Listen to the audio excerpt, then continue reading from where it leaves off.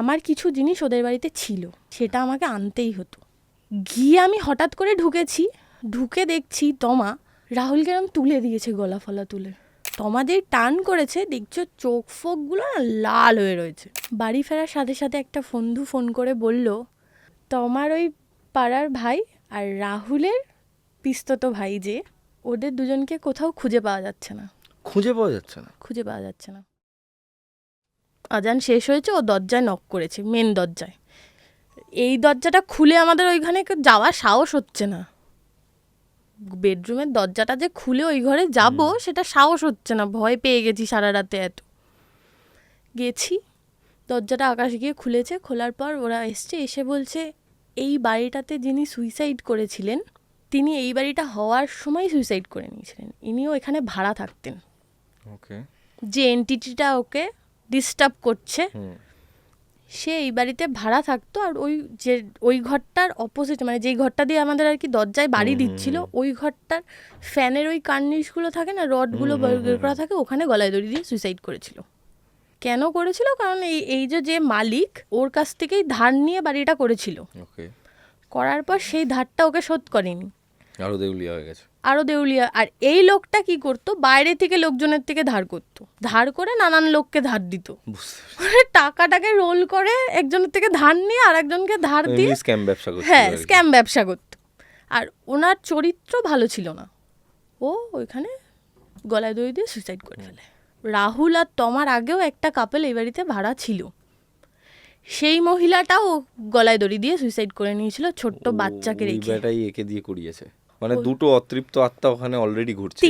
তিন নম্বরটা ওর বর, পুরনো বর, প্রাক্তন বর, ওর ওই অ্যাটাচমেন্টটা। এবং স্বাভাবিক, 1 বছরে যে বিয়ে করে সদ্য মারা গেছে, তার মনের মধ্যে সে নতুন জীবন শুরু করেছিল। একদম, তার নতুন জীবনের যে এটা আশা সবার থাকবে। 3 দিনের জ্বরের মধ্যে তৃপ্ত আত্মা নয় আর কি, তৃপ্ত আত্মা নয়। আর একটা ছোট্ট বাচ্চা ছিল, খুব স্বাভাবিক বিষয়। তো এই বিষয়টা, মায়া কাটিয়ে যাওয়াটা একটা অনেক কঠিন ব্যাপার। মানুষের মৃত্যুর পর সেই মায়াটা কাটানো খুবই কঠিন হয়ে যায় এক সময় পর। তো বিষয়টা এখানে এন্ড হলে ভালো হতো। পরের দিন ওর মাকে ডাকা হয়, আমি তখনও বাড়ি যাইনি। তোমার মাকে ডাকা হয়।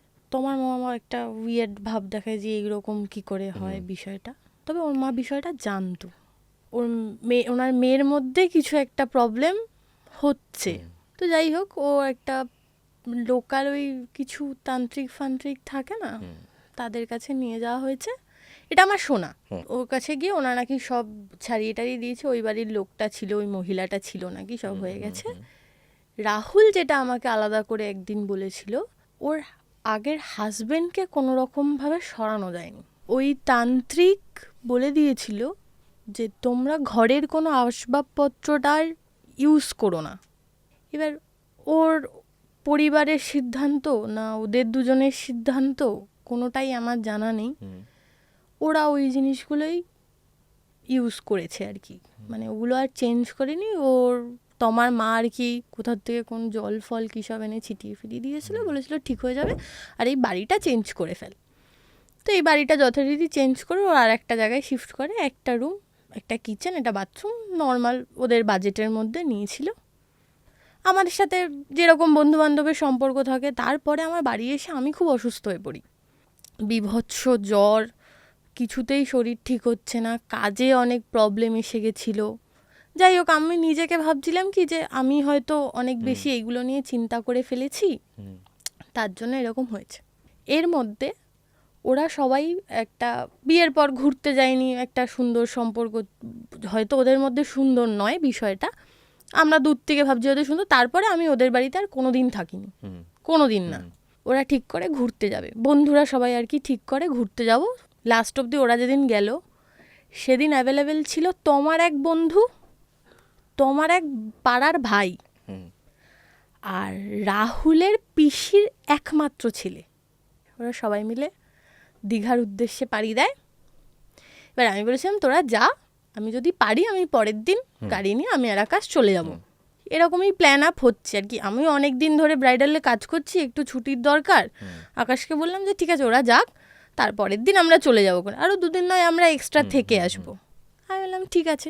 ব্রাইডাল কাজ করে আমি সন্ধ্যাবেলা বাড়ি ফিরেছি, বাড়ি ফেরার সাথে সাথে একটা বন্ধু ফোন করে বলল, তোমার ওই পাড়ার ভাই আর রাহুলের পিস্তত ভাই যে, ওদের দুজনকে কোথাও খুঁজে পাওয়া যাচ্ছে না। খুঁজে পাওয়া যাচ্ছে না? খুঁজে পাওয়া যাচ্ছে না। তোমার পাড়ার ভাই আর রাহুলের পিস্তত ভাই যে পিসি আর কি একা মানুষ করেছে ছোটবেলা থেকে, ক্রিকেট খেলে, যেখানে ক্রিকেট খেলে, আর ক্রিকেটও খেলতো আকাশের সাথেই। আকাশও আগে ক্রিকেটার ছিল। সবাই তো বন্ধু। হ্যাঁ বন্ধু না, ও অনেকটা ছোট, কিন্তু আকাশের সাথে ক্রিকেট খেলতো একটা টাইমে। আকাশ যখন প্র্যাকটিস করতো তখন চেনা পরিচিতর মধ্যেই আর কি সবাই, বুঝতে পেরেছো তো? ওদের নাকি খুঁজে পাওয়া যাচ্ছে না। ওদের কাউকে কন্ট্যাক্ট করতে পারছি না ফোনে, না রাহুলকে করতে পারছি, না তোমার বন্ধুটাকে করতে পারছি, না ওদের দুজনের মধ্যে কাউকে কন্ট্যাক্ট করতে পারছি, না তোমাকে কন্ট্যাক্ট করতে পারছি। এবার যথারীতি টেনশন হবেই যে কি হয়েছে। আর রাহুলের বাড়িতে বন্ধুর নাম্বার একমাত্র আমার দেয়া ছিল, মানে ওদের পিসিদের কাছে। সবাই আমাকে ফোন করছে যে তুই তো গেছিস। আমি ওরা জানে আমি গেছি। আমি পিসি আমি যাইনি, আমি তো আজকে যাইনি ওদের সাথে। কেউ একটা এরকম গন্ডগোল হয়েছে, রেফারেন্স নাম্বার যদি আমার দেয়া হয় মানে তখন মানে বিশাল টেনশন হয়ে যায়। সেটা প্রচন্ড টেনশন, দায়িত্বটা চলে আসে না, দায়িত্ব চলে এসছে। এইবারে আমি বলছি আমি তো যাইনি ওদের সাথে, আমার তো আজকে যাওয়ার কথা না, আমার কালকে ভোরে বেরোনোর কথা। আমার কিন্তু ব্যাগ ফ্যাগ গুছিয়ে রেখে গেছি, খুব এনার্জি আর কি, পরের দিন ঘুরতে যাবো, পরের দিন চলে যাবো। এখানে আমার ভগবান আমাকে বাঁচিয়ে নিয়েছে গৌরবদা। কি হয়েছিল? কেন বাঁচিয়ে নিয়েছে? এই ঘটনাটার জন্য সারা মধ্যমগ্রামে খুব একটা খারাপ পরিস্থিতি ক্রিয়েট হয়ে গেছিল। কেন আমি বলছি, ওই ছেলেটা একটু মারা যায়।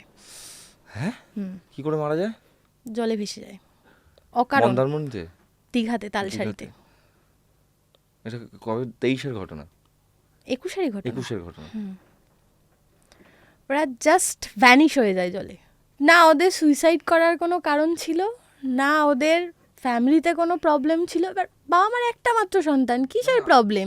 আর আর্থিক প্রবলেম যা ছিল হচ্ছে এই রাহুলের যে পিস্তত ভাই ছিল তার একটু টানাপোড়েনের সংসার আর কি, মা একা মানুষ করছে যেরকম হয়। কিন্তু নো ডাউট ওর একটা সুন্দর গার্লফ্রেন্ড ছিল, ঘুরতে গেছিল। আর কোনো একটা দুর্ঘটনায় ওরা ঘুরতে নিয়ে গেছিল জোর করে তমা। এবার আমার একটা প্রশ্ন তখন ওদেরকে করেছিলাম, তমা আর রাহুলকে, যে তোরা দায়িত্ব করে তো নিয়ে গেলি, তোরা যাসনি, ওদেরকে ছাড়লি কেন? যেহেতু ওরা ছোট, ওরা বলছে আমরা যেতে দিইনি, ওরা আপনা আপনি কখন চলে গেছে আমরা জানি না। যাই হোক, এটা পরে ক্ল্যারিফিকেশন দিয়েছে। এটা নিয়ে নিউজ পেপার যদি তুমি ঘাটো পেয়ে যাবে, নিউজেও এসেছিল। তো দুটি ছেলে সমুদ্রে ভেসে চলে গেছে, এরকম তো খবর আসতেই থাকে, খবর আসে। ওখানে মধ্যমগ্রাম উল্লেখ করা ছিল খবরের মধ্যে এটাও একটা। হ্যাঁ, 2:30-এর সময় সারা রাত জাগা আমরা, আমার বাড়িতে সারা রাত জাগা। এবার ওদের বাড়ির থেকে তো রাহুলের বাড়ির থেকে আমাকে কন্টিনিউয়াসলি ফোন করছে। তোমার বাড়িতে তখনও কেউ কিছু জানে না, মানে ওরা পুরো অন্ধকারে, ওরা ভাবছে ওরা ঘুরছে। এত দূর ঘটনা ঘটে গেছে, কেউ কিছু জানে না। এবার রাহুলের বাড়িতেও জানার কারণ হচ্ছে ওই পিসি ছেলেকে ফোন করছে, ছেলেকে তো পাচ্ছে না ফোনে, ফোন তো সুইচ অফ। ওদেরকে ওকে ফোন করলে ওরা ফোন তুলছে না, এর কোনো কারণ আজ পর্যন্ত পাওয়া যায়নি। কেন ওরা তলিয়ে চলে গেছে বা কিছু হয়েছে এমন না, ওরা ড্রিঙ্ক করছিল, চলে গেছে। তো তারপরে ওদেরকে আমি না আলাদা করে আমি গাড়ি পাঠিয়ে ওদেরকে নিয়ে এসে কোনো রকমভাবে ওদের লুকিয়ে আর কি, একদম লুকিয়ে, মানে যাতে কেউ না জানতে পারে, এরমভাবে আমার গাড়ি পাঠিয়ে কোনো রকমভাবে আকাশকে বুঝিয়ে বাজিয়ে, আমার বাড়িতে জানে না, পডকাস্ট দেখলে হয়তো জানতে পারবে, বকবে, কিন্তু তখনও জানতো না আমার বাড়িতে। তো গিয়ে ওকে ড্রাইভার দিয়েই পাঠালাম, পাঠিয়ে গাড়ি করে লুকিয়ে আর কি ওই পদ্মা ফদ্দা এরকম করে ঢেকে ঢুকে নিয়ে ওদের বাড়িতে নিয়ে আসলাম, ওরা যে ভাড়া বাড়িটায় থাকতো। গৌরবদা, আমি তোমাকে বলছি, আমি আমার কাজ, আমার সমস্ত কিছু, এবার ওদের সাথে খুব আমাদের তখন খুব মাখো মাখো সম্পর্ক। তোমাদের সাথে মানে ওরা সব আমার আর আকাশের কাছে, ওরা খাওয়াচ্ছে, ওরা মানে মানে জিনিসপত্র গুছিয়ে দিচ্ছে, এরকম একটা ব্যাপার। সুন্দর একটা রেন্ট নিলাম, রেন্ট নিয়ে থাকতে শুরু করলাম। আমাদের দুজনের সব ছিল, ওর একটা গাড়ি, আমার একটা গাড়ি, ওর একটা বাইক, আমার একটা স্কুটি, সমস্ত কিছু ছিল। আস্তে আস্তে সব হারিয়ে গেল। কেন? নেগেটিভিটি হারিয়ে গেল মানে, এগুলো হারিয়ে গেল মানে সব, মানে আমরা এমন পরিস্থিতিতে চলে আসলাম, আমাদের কাছে 1 টাকা নেই। একদিন আকাশের জব চলে গেল, প্রায় একটা বছর বিভৎস টাফরি। এবার এইগুলো হয়ে যাওয়ার পর আমরা 1 মাসের জন্য ওদের উপরে খুব ডিপেন্ডেন্ট হয়ে গেছিলাম। তোমাদের উপরে? তমার রাহুলের উপরে, বেসিক্যালি তমার উপরে। ও যা বলতো তাই করতাম। এইবার ওরা শুরু করলো আমার আর আকাশের সম্পর্ক ভাঙার, এমন পরিস্থিতি ক্রিয়েট করলো যাতে আমি আর ওকে, ও আর আমাকে সহ্য না করতে পারে, আমাদের দুজনের মধ্যে আলাদা ছাড়াছাড়ি হয়ে যায়। এই সহ্য করতে করতে করতে করতে 2023 আমার আর আকাশের সাথে বিভৎস ঝামেলা হয়। আমি আমার বাড়ি, আকাশের বাড়ি। এবার এটা তো একটা বাজে বিষয়, ইম্প্যাক্ট ফেলবেই। আমরা ডিসাইড করলাম যে একসাথে দেখা করে মিট করে কথাবার্তা বলে দেন বিষয়টা সর্ট আউট করে এবার আকাশ কী করলো, আমাকে নিয়ে মুর্শিদাবাদ চলে গেল ওর ওই পীর বাবার কাছে গিয়ে এই সমস্ত উনি আমাদের ইনস্ট্রাকশন করলেন সমস্ত বন্ধু ছেড়ে দাও। এবার ততদিনে ও কিন্তু সমস্ত বন্ধু বান্ধব থেকে সমস্তভাবে ডিটাচ। রাহুল কোনো বন্ধু ওর সাথে মিশতে পারে না, মিশলেই মারামারি। এবার আমার কিছু জিনিস ওদের বাড়িতে ছিল, সেটা আমাকে আনতেই হতো। গিয়ে আমি হঠাৎ করে ঢুকে দেখছি তমা রাহুলকে এরকম তুলে দিয়েছে, গলা ফলা তুলে। এবার ওদের দরজাটাই এমন ছিল, আমি নক খোলা তো, নক না করেই ঢুকে গেছি তাড়াহুড়ো করে, দেখছিলাম তুলে দিয়েছে। এবার বলতে বলতে তোমার মা ঢুকেছে। আমি জানিও না ওদের বাড়িতে কি অশান্তি হচ্ছে। তোমাদের টান করেছে, দেখছো চোখ ফোকগুলো না লাল হয়ে রয়েছে। তারপর থেকে ওদের বাড়িতে ওটাই আমার শেষ যাওয়া, ওদের মুখ আমার শেষ দেখা। আর আমি ওদের সাথে কোনোদিন কোনো রকমভাবে আজও অবধি যোগাযোগ রাখি না। এখন ওদের থেকে ডিটাচ হওয়ার এই ধরে নাও 1.5-2 বছর হয়েছে, 25 যেহেতু 2 বছর হয়েছে, আমরা অনেকটা সুন্দরভাবে লাইফ লিড করি। ওদের সাথে খুব নেগেটিভ এনার্জি আছে, খুব নেগেটিভ এফেক্ট আছে খুব। কিছু এন্টিটির জন্য হয়তো কোনো এন্টিটি ওদের সাথে আজও লয়ে গেছে, সেজন্য পুরো লাইফটা ওদের নেগেটিভিটিতে ভর্তি। আমার বরটা আছে, পুরনো বরটা, একদম ওকে বলেই দিয়েছিল ধরেছে যে বিয়ে করে নিবি 1 বছরের মধ্যে, দেখাচ্ছি তোকে। তো সেজন্য ওর সাথে কোনো বন্ধুরই সম্পর্ক নেই।